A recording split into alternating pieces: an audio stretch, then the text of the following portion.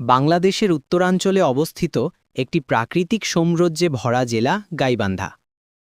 নদী, কৃষি আর লোকসংস্কৃতির অনন্য সমন্বয়ে গড়ে উঠেছে এ জনপদ।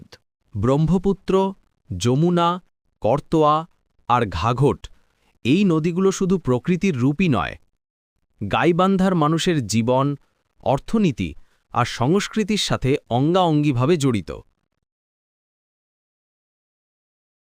ধান, পাট, গম, আলু আর ভুট্টা কৃষি এখানকার প্রধান ভরসা।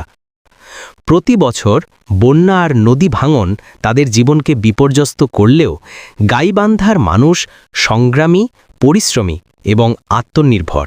ভাওয়াইয়া গান, পালা গান, যাত্রাপালা আর গরুর মেলার উচ্ছ্বাস গাইবান্ধার গ্রামীণ জীবনের ঐতিহ্য বহন করে আজও। ফুলছড়ির চরাঞ্চল, সুন্দরগঞ্জের বালাসী ঘাট আর মহাস্থানগড়ের সন্নিকট এলাকা সবই গাইবান্ধাকে করেছে অনন্য ও দর্শনীয়। গাইবান্ধা কেবল একটি জেলা নয়, এটি হল প্রকৃতি, সংস্কৃতি আর সংগ্রামের এক জীবন্ত কাব্য।